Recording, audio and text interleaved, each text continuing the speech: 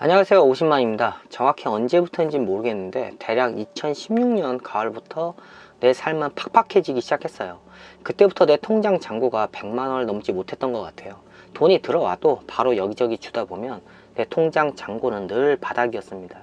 그때부터 결제가 밀리기 시작했어요. 그러다 보면 어쩔 수 없이 돈을 빌려야 했고, 그때 내 채무가 1억을 넘기 시작했습니다.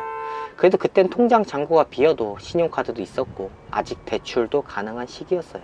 28살 2억대의 자금을 굴리던 내가 40대가 된 이후엔 빚이 수억대로 늘고 통장 잔고가 10만 원이 안 되다 보니까 가장으로서 늘 불안하고 가슴이 답답했어요. 빚이 늘고 워크아웃을 신청한 이후에 가장 편안하고 행복했던 순간은 내 통장에 200에서 300만 원 이상 잔고가 차 있을 때였습니다. 얼마 뒤에 바로 나갈 돈이지만 그나마 3, 4일은 마음 편히 지낼 수 있었죠. 20대 초반 내 꿈은 거창한 게 아니었어요. 어려운 환경 속에 살면서 이상보다는 현실을 빨리 깨닫게 되니까 꿈도 현실적인 꿈을 꾸게 됐어요. 그 당시 내 꿈은 1000만 원을 모으는 게 꿈이었어요. 군 전역 후 2001년 당시에도 1000만 원의 가치는 그렇게 크지 않았고요. 뭔가 할 수 있는 돈은 아니었는데 내 통장에 1000만 원이 있으면 정말 행복하지 않을까라는 생각을 해봤습니다. 어려운 집안을 도와주다 보니까 안 먹고 안 쓰고 인내하면서 모아도 잘 모이지 않았던 돈을 25살 사업 시작 후에 6개월 만에 1000만 원을 모았고요. 그때 상당히 기분이 좋았어요. 내 통장 잔고를 여러 번 확인했습니다.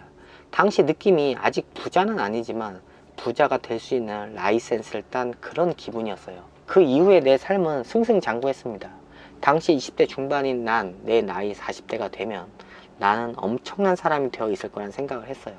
그리고 딱 40살이 되던 해, 난 엄청난 사람이 아닌 일용직을 나가는 초라한 사람으로 변해 있었죠. 사장에서 일용직으로 변해버린 난 23살 군 전역 후에 내 통장에 1000만 원을 모으는 게 꿈이었던 그 과거의 시절로 돌아가 있었습니다. 문제는 20년 전 1000만 원보다 훨씬 가치가 줄어든 1000만 원을 남자의 가장 전성기인 나이인 40대에 모으질 못하고 있었죠. 사업이 기울고 노동으로 작은 소득을 올리다 보니까 그 소득에 맞게 내 생각, 내 포부가 다 쪼그라들었어요. 이 삶이 생각보다 오래 가다 보니까 빚을 갚고 다시 큰 돈을 벌어보자 라는 생각이 아닌 그냥 내 통장에 500만 원만 있어도 행복하겠다라는 생각을 늘 하게 됐고요. 어쩌다 수십만 원의 수입이 들어오면 그날 하루는 그냥 마냥 즐거웠어요. 나도 모르게 현실과 타협하면서 사는 그저 그런 사람이 되어 갔습니다. 과거 수억 대의 자금을 융통했던 시절이 꿈만 같았어요. 일용직을 나가고 마켓컬리 쿠팡 물류 일을 하기 위해서 출근을 하면서 늘 생각했던 게 만약 내게 한 번의 기회가 더 와서 1000만 원을 모으고 다시 재기의 발판을 마련한다면 진짜 잘해야지 라는 생각뿐이었어요. 하지만 코로나가 터지고 내 얼마 없던 거래처들마저 싸그리 씨가 마르면서 솔직히 이제 난 끝인가 라는 생각이 들면서 화려했던 과거로 돌아가는 게 아닌 그냥 자급자족만 됐으면 좋겠다라는 생각을 하게 됐고요. 원대한 포부도 사라지고 있었죠. 다시는 내게 화려했던 과거의 영광은 찾아오지 않을 것 같았고요. 과거의 영광이 그냥 운이 좋았던 결과가 아니었을까? 그런 생각이 들었어요. 내 실력이 아니라. 앞으로 일개 노동자로 하루 벌어 가족을 근근히 부양하면서 평생 살아야 하나? 라는 끔찍한 생각이 들었어요. 생활비를 대면서 워크업 빚을 과연 갚을 수 있을지 걱정이었고요.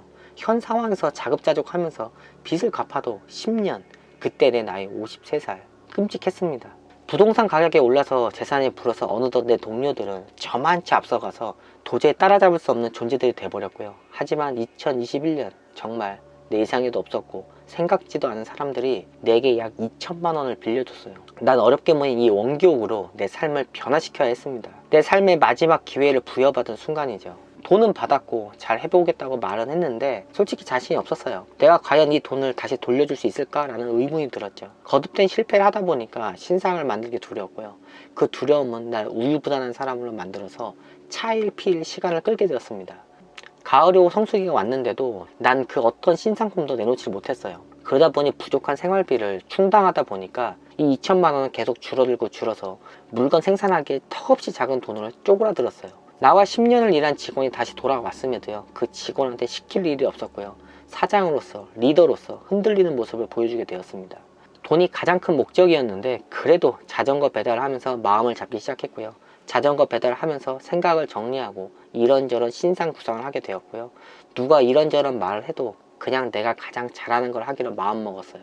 익숙하지 않고 잘 모르는 새로운 걸 시도하는 게 아니라 과거의 성공 모델을 다시 재현했습니다. 그리고 현재 자전거 배달 안 한 지 2주가 넘어가고 있어요. 내가 아무것도 안 하고 있다면 두 가지 상황이에요. 현실 극복하지 못하고 자포자기했던가, 내 삶이 풀리고 있던가요. 일용직 다닐 때부터 늘 생각했던 게 내 삶이 풀려도 극적으로 풀리지 않을 거라는 생각을 하고 있었고요. 그런 유행은 바라지도 않았어요. 설사 내 삶이 풀려도 간간히 노동은 하면서 긴장감을 놓지 않을 생각이었습니다.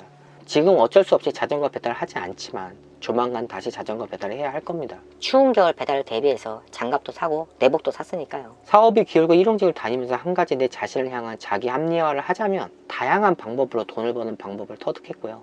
진짜 내 삶에 도움이 되는 많은 사람을 만나게 됐다는 겁니다. 1000만 원, 내 삶이 변할 정도의 가치를 가진 금액은 아닌데 적어도 내 삶의 최소한의 자존심은 지켜줄 수 있는 가치의 돈입니다. 1000만 원을 모으는 게 꿈이라는 게 웃기지만 일단 내 삶이 안정이 돼야 뭔가 할 수 있어요. 돈 걱정 해본 사람들은 알겠지만 돈 걱정이 앞서면 아무 일도 손에 안 잡히고요. 의욕도 안 생겨요. 그리고 건강이 나빠집니다.